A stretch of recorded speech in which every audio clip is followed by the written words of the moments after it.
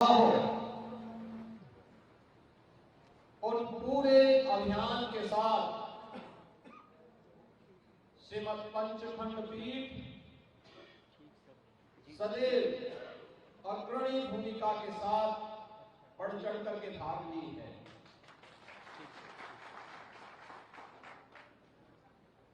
भारत विभाजन के समय जब इस देश का दुर्भाग्यपूर्ण विभाजन हुआ था, उस विभाजन का विरोध करने के लिए भी इस देश के पूज्य संतों के नेतृत्व में जो आंदोलन चल रहा था, उसमें भी इस पीठ की भूमिका थी। पूज्य स्वामी महात्मा रामचंद्र वीर जी महाराज और पूज्य स्वामी आचार्य धर्मेंद्र जी महाराज उस आंदोलन में कूद पड़े थे। आजादी के उपरांत जब इस देश पर युद्ध थोपे गए, जब भी थोपे गए, देश के हित में कौन सा एक नागरिक के रूप में हमारा क्या दायित्व होना चाहिए, उस दायित्व का निर्वहन करने के लिए भी जन जागरूकता का जो अभियान पूज्य संतों के नेतृत्व में चल रहे थे, उस आंदोलन में भी श्रीमद पंचखंड पीठ बढ़ चढ़ करके भाग ले रही थी। 1966 का गोरक्षा आंदोलन कौन नहीं जानता है। उस आंदोलन में बढ़ चढ़ करके भाग लेने वाली यही परंपरा है। और तब गौशाला के नाम पर एक कृति भी स्वामी आचार्य धर्मेंद्र जी महाराज ने दी थी। गौशाला आज भी हम सबको न केवल साहित्यिक दृष्टि से बल्कि भारत की सनातन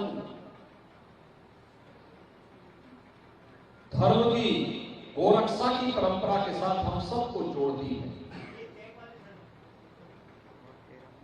श्री राम जन्मभूमि आंदोलन 1949 से यह आंदोलन प्रारंभ होता है। 1983 में श्री राम जन्मभूमि मुक्ति यज्ञ समिति का गठन होने के साथ यह आंदोलन आगे बढ़ता है। पूरे देश के अंदर इस आंदोलन को विश्व हिंदू परिषद के नेतृत्व में पूज्य संतों ने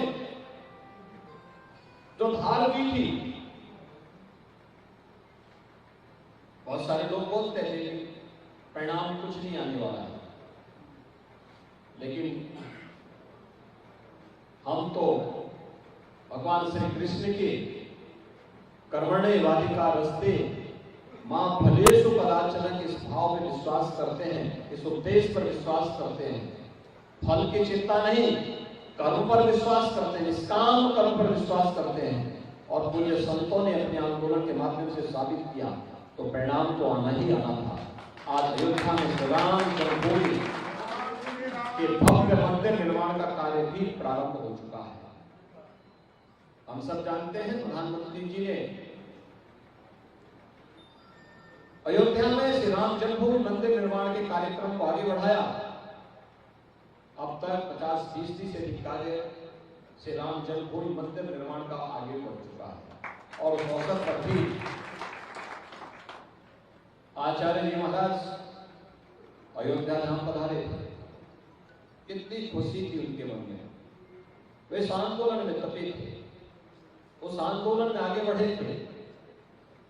उस आंदोलन के साथ उन्होंने अपने आप को पूरी तरह समर्पित करके इसको एक नई ऊंचाई तक पहुंचाने में अपना योगदान दिया था। और यही तो है भारत के संतों की परंपरा, जो अपने अनुसार अपने आप को होम करने पर विश्वास करता है, जो उस परंपरा के साथ जुड़ करके अपने कर्तव्यों का ईमानदारी पूर्वक निर्वहन करने में विश्वास करता है, उसके लिए अपना कर्तव्य का निर्वहन ही उसका धर्म है। सम विषम परिस्थितियों में अपने पद से विचलित हुए बगैर सनातन हिंदू धर्म के लिए और इस विराट हिंदू समाज की रक्षा के लिए उन्होंने बढ़ चढ़ करके भाग लिया, कार्य किया, किसी की परवाह नहीं की। बेबाक तरीके से अपनी बात को, तर्कसंगत तरीके से अपनी बात को वे रखते थे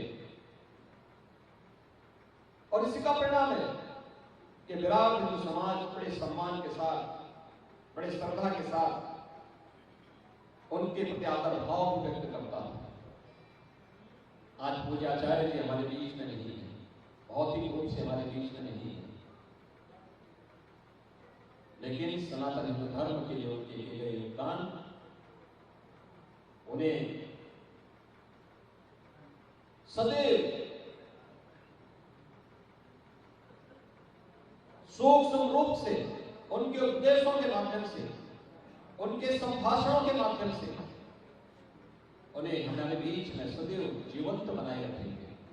वे आंदोलन, जिन आंदोलनों के साथ जुड़कर के उन्होंने, चाहे वो हिंदी का आंदोलन रहा हो, वो रक्षा का आंदोलन रहा हो, श्री राम जन्मभूमि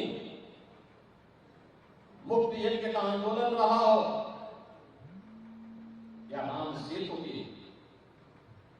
सुरक्षा का आंदोलन, कोई ऐसा सनातन हिंदू धर्म से जुड़े हुए मानबिंदु नहीं थे जिनके लिए उन्होंने अपना योगदान न किया हो। और गोरखपीठ से तो उनका संबंध 3 पीढ़ियों से था। लगातार जब भी गोरखपीठ से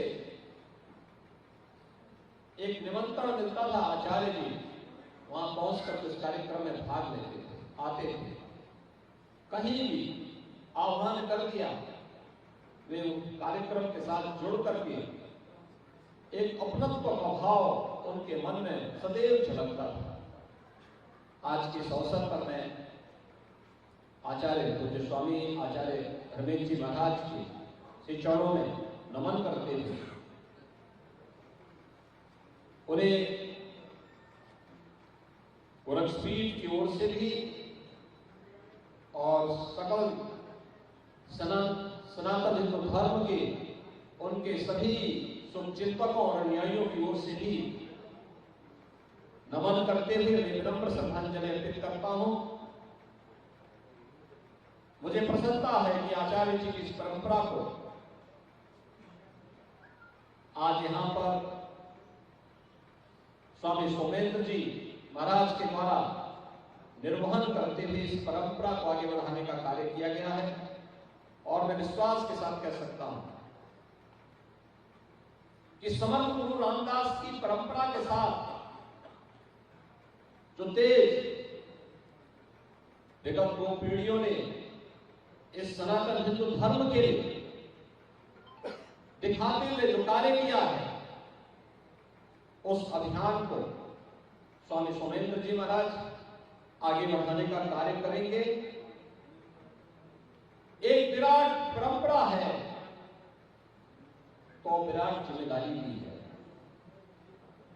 सम विषम परिस्थितियों में अविचलित होते हुए हम इस कार्यक्रम को आगे बढ़ाएंगे।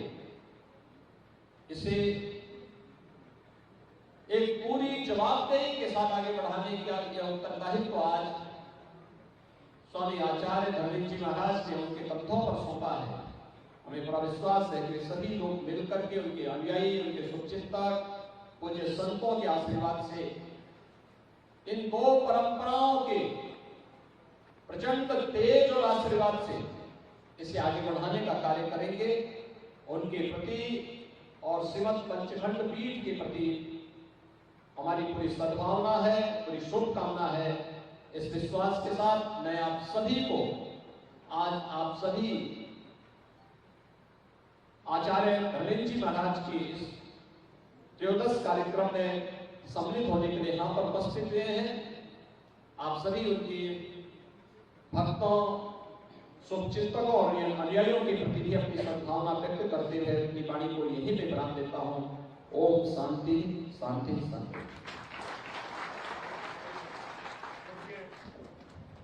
महाराज श्री का आशीर्वाद और मैं सभी हमारे मंचस्थ संतोष के चरणों में आग्रह करूंगा कि पट्टाभिषेक पूज्य स्वामी श्री विश्वकानंद जी महाराज निर्वाण पीठाधीश्वर आप महाराज श्री के चरणों में मैं आग्रह करूंगा